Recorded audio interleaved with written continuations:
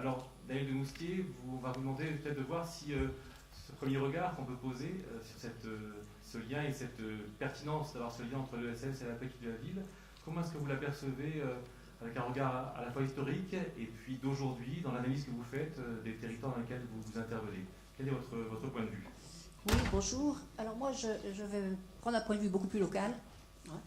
Je suis chercheur, mais je suis aussi administratrice d'une association qui s'appelle Alpes Solidaires, qui travaille avec la métropole grenobloise, qui lui a demandé de faire des diagnostics partagés sur les quartiers politiques de la ville. Alors sur la métropole grenobloise, il y a 10 quartiers politiques de la ville, et pour l'instant, on a fait des diagnostics partagés, je vous expliquerai un petit peu rapidement ce que c'est, sur 4 d'entre eux. Alors pour faire ça, on a commencé par effectivement prendre un petit peu de recul historique pour regarder comment s'est implanté, comment est implanté l'ESS sur ces quartiers. Et si on remonte un petit peu loin, mais c'est important parce que ça explique aussi la réalité d'aujourd'hui. Dans les années 50-60, on était plus effectivement, on a implanté beaucoup plus des structures d'action sociale et des équipements socio-éducatifs. Donc ceux-là, effectivement, font un socle très important. Donc on les retrouve dans l'action sociale, on les retrouve dans non classés aussi, vous l'avez dit, de l'ESS sur les quartiers, le socle ancien. On pourrait presque dire institutionnalisé de l'ESS des quartiers. Et puis, dans les années 70, alors c'est très intéressant parce que je suppose dans beaucoup de quartiers, que ce soit des grands ensembles, on ne parlait pas de politique de la ville à l'époque, que ce soit des grands ensembles ou que ce soit des quartiers en restauration, des quartiers anciens, on a vu des dynamiques tout à fait intéressantes et très transversales. Et moi, ça m'intéresse beaucoup parce que je pense qu'il faut en tirer des leçons aujourd'hui. Des mobilisations qui regroupaient des acteurs de nature très différente.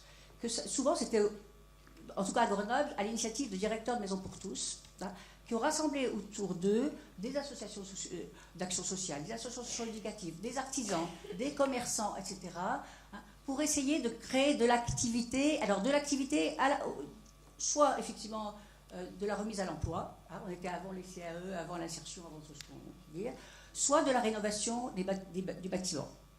Et je trouve que ça, c'est intéressant. Bon, on va le retrouver dans l'Almaga à Roubaix. Je ne sors pas de mon territoire, mais il y a quand même des références extérieures qu'on a là. Je crois que c'est très intéressant parce qu'on voit à cette époque une ESS qui est qui fait de la mise en réseau sur les territoires et avec l'extérieur. Et ça m'inspire pour aujourd'hui beaucoup. Bon, ensuite, après, on a eu effectivement des politiques publiques un peu plus ciblées. Bon, on a vu arriver les régies quartiers, on a vu arriver les services de proximité. Alors chez nous, ça n'a absolument pas marché. C'est-à-dire services de proximité au sens de par et pour les habitants. Ça n'a pas marché. On a fait, nous, une petite étude pour voir pourquoi ça n'a pas marché. C'était assez compréhensible. Aujourd'hui, quand on parle de services de proximité, c'est beaucoup plus ouvert que cette expérience-là. Après, on a vu effectivement se développer l'insertion, les zones franches. Et puis, depuis effectivement 2010, je crois que ce qui est intéressant, on reparle de l'ESS de façon transversale, générale. Et de dynamique locale aussi de façon transversale. Et je crois que là, ça interroge effectivement comment l'ESS peut être un levier de développement du territoire.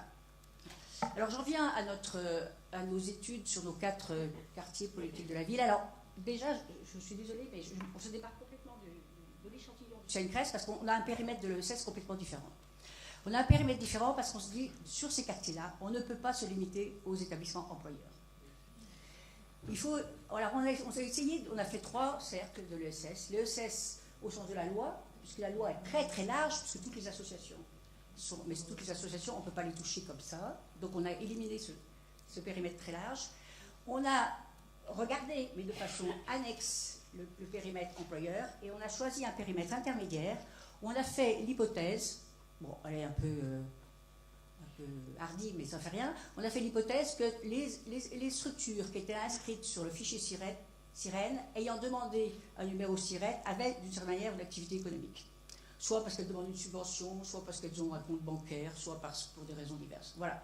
Donc on a pris ce périmètre intermédiaire qui nous paraît plus pertinent pour ces quartiers, parce que c'est vrai que si on se limite je dirais, aux structures employeurs, pour nous, c'est entre 10 et 20% de l'ensemble de ces structures SIREN. Donc on pense que c'est trop restrictif.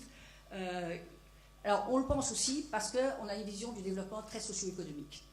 de se dire qu'on ne peut pas séparer le social et l'économique, ça a été dit 1000 fois, et notamment, même pour la création d'activités, pour cette mobilisation vers l'entrepreneuriat, on le sait bien, le capital social est tout à fait important.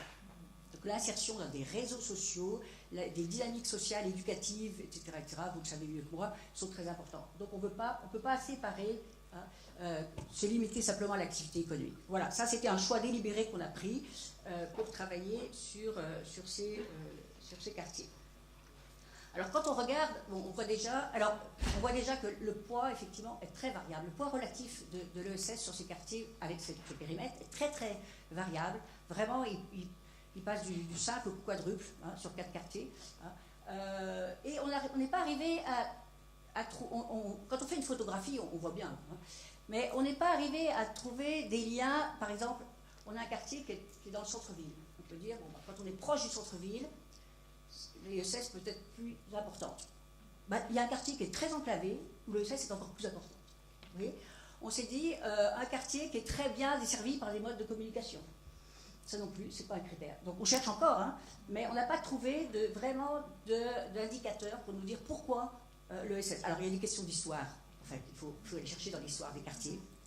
Et ça c'est beaucoup plus compliqué, parce qu'il faut faire des analyses très très fines. Mais c'est vrai que quand on regarde l'histoire des quartiers, notamment on compare, chez nous il y a deux quartiers qu'on appelle Villeneuve sur Grenoble et Villeneuve sur Échirolles, c'est deux modèles de SS complètement différents, c'est deux histoires de quartiers complètement différentes. Donc ça c'est la première chose, et pour faire cette comparaison, on prend nous le rapport pour 100 habitants. Combien il y a de structures pour 100 habitants et donc ça va le plus petit c'est 1,3 et le plus grand c'est 6. Vous voyez, donc voilà, donc on a vraiment une configuration très différente. Je vais aller un peu vite parce que je pourrais dire beaucoup de choses. On a regardé aussi les statuts, c'est clair. Alors nous, on n'est pas même dans les chiffres que vous montrez. On est 1% de mutuelles et coopératives et 98 ou 99% d'associations. On ne prend pas les périphéries, on prend vraiment délimitation quartier politique de la ville. Et on s'est interrogé parce qu'on a des établissements mutualistes qui ont quitté ces quartiers. Et ça nous interroge. Et le peu de coopératives qui sont là, chez nous, ce n'est pas des CAE. Elles interviennent de l'extérieur, mais elles ne sont pas implantées sur les quartiers.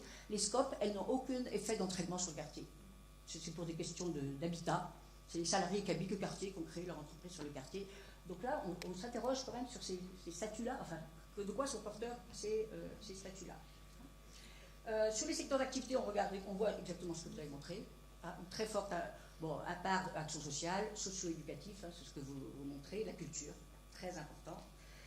Avec deux enjeux qu'on a trouvés là-dessus. L'action sociale, il y a deux types d'établissements d'action sociale sur les quartiers. Au cœur du quartier, ce sont les services d'action sociale pour les habitants. Bon, ils sont connus, ils sont importants, etc. Et puis, en marge, on a des établissements sociaux, médico-sociaux, qui sont plus ouverts vers l'extérieur. Et eux s'interrogent sur le maintien de leur implantation sur le quartier. Et ça, c'est vraiment pour avoir davantage de mixité sociale. Donc ça, c'est aussi des questions qui interrogent. Et puis, sur la culture, on a un peu la même question. On a des associations culturelles qui sont complètement orientées sur le quartier, et vous avez des associations culturelles qui essayent de diversifier leur public, aussi pour pouvoir se développer, ou pouvoir survivre, et qui, elles, se posent la question, effectivement, de l'image du quartier. Et certaines nous disent, on ne dit pas, on intervient à l'extérieur, mais on ne dit pas que notre siège social est sur le quartier, parce qu'on ne veut pas diffuser cette image-là. Donc c'est important. Alors on a aussi, sur le quartier le plus dynamique, vraiment de l'éducation populaire. Un renouveau de l'éducation populaire sous des formes différentes, d'ailleurs qui sont inspirées de la région parisienne, j'ai été chercher un petit peu, notamment la pédagogie sociale, l'intervention sociale, etc. Alors qui est important, pourquoi ? Parce que ce que nous disent ces structures en place, que je vous décris, et notamment celles qui sont le plus dans l'espace public, et qui font partie de notre cercle de ce qu'on appelle les structures visibles. Qui sont dans l'espace public, qui sont très liés avec les maisons des habitants, avec toutes les structures, qui sont très connues de tous les professionnels de la politique de la ville. Ils nous disent il y a toute une partie de la population qu'on ne touche pas. Et donc, c'est pour ça que nous, on regarde les invisibles. Parce que la population qui n'est pas touchée par ces associations-là, elle a quand même des dynamiques collectives et associatives. Sauf qu'elle n'est connue de personne. Et un des enjeux sur lequel j'insisterai en conclusion, c'est de relier ces deux ESS, l'ESS visible et l'ESS invisible. L'ESS qui est très institutionnalisé, très impliqué, très bien traité dans l'espace public, et puis celle qui est en émergence, qui est en retrait, qui est très fragile, très fragile, et qui nous paraît important. Dernière chose justement pour alimenter ça, c'est qu'il y a une ESS, je vous ai dit, des structures anciennes, mais il y a une ESS très jeune. Quand on regarde nos associations, 60% sont nés depuis 2000. Donc, il y a une effervescence. Le problème, c'est que cette effervescence, elle n'est pas durable. C'est-à-dire qu'on recrée sans cesse de nouvelles structures, parce que les structures ne tiennent pas, pour des raisons diverses. Voilà. Donc, voilà quelques éléments, quelques flashs. Bon, et puis, quand même, ce qu'il faut rajouter aussi, parce que tout le monde l'a dit, c'est que les structures, quand même, ont été beaucoup fragilisées par la suppression des contrats aidés. Ça, c'est clair que, voilà, il y a eu un effet... alors, qui n'est pas complètement démobilisateur, mais quand même qui freine beaucoup un certain nombre de structures, et certaines vont fermer incessamment sous peu. Alors, quelques enseignements que je voudrais vous partager avec vous, moi je crois, c'est que on voit bien que l'ESS, c'est quand même promeut un mode de développement socio-économique, ça a été dit, Christiane l'a dit tout à l'heure. Et par contre, quand on regarde sur le terrain, c'est une ESS très cloisonnée, très segmentée. L'action sociale, on sépare les acteurs de la cohésion sociale, les acteurs du développement économique, les acteurs de la citoyenneté, de la participation, etc. Et ce qu'on promeut, c'est qu'effectivement, de mettre un peu de fluidité dans tout ça, de mettre en réseau pour que, effectivement, l'ESS soit vraiment un levier de développement, c'est-à-dire qu'il y a des effets d'entraînement. Et que ça ne soit pas simplement, que le quartier ne soit pas qu'une somme d'initiatives, aussi intéressantes soient-elles, je n'ai rien contre le développement de nouvelles initiatives, etc., mais que ces initiatives soient croisées avec les autres pour qu'il y ait des effets d'entraînement. Et pourquoi aussi la coordination, l'animation, le décloisonnement me paraissent importants, c'est que justement, ça permettrait de sortir ces petites structures émergentes qui sont portées par des populations jeunes en général, très souvent issues d'immigration, sur ces quartiers il y a beaucoup de populations issues d'immigration, elles soient soutenues par les structures plus anciennes, plus installées, plus solides. Or, parce qu'autrement, en fait, on est dans un perpétuel recommencement, et avec une segmentation qui s'accroît. Voilà, donc c'est une des conclusions les plus importantes de notre travail, c'est ce besoin de coordination, d'animation, de mise en réseau interne des acteurs. Alors bien sûr, ça n'empêche pas la mise en réseau externe. Je crois qu'on est sorti de l'opposition entre développement endogène et développement exogène. On sait très bien, et les acteurs nous disent, il faut à la fois du développement endogène et du développement exogène, mais il faut que chaque structure soit aussi prise à la fois dans son implication locale et aussi dans ses relations extérieures. Nous, on va travailler aussi sur les associations maintenant qui interviennent de l'extérieur sur le quartier, parce qu'on ne l'a pas fait. Et je mettrai aussi l'accent sur l'importance de la culture et de l'éducation populaire et de la fête. Dans les expériences que j'ai étudiées sur les années 70, c'était des dimensions essentielles. Alors une éducation populaire un peu renouvelée, je pense que l'animation socioculturelle s'est un petit peu enfermée dans la gestion d'activités, mais il y a aujourd'hui des initiatives qui sont très très intéressantes, alors qui ne sont pas économiques au sens noble entre guillemets du terme, mais je crois qu'elles sont tout aussi importantes parce qu'il y aura des conséquences économiques, je le répète. Je vous remercie.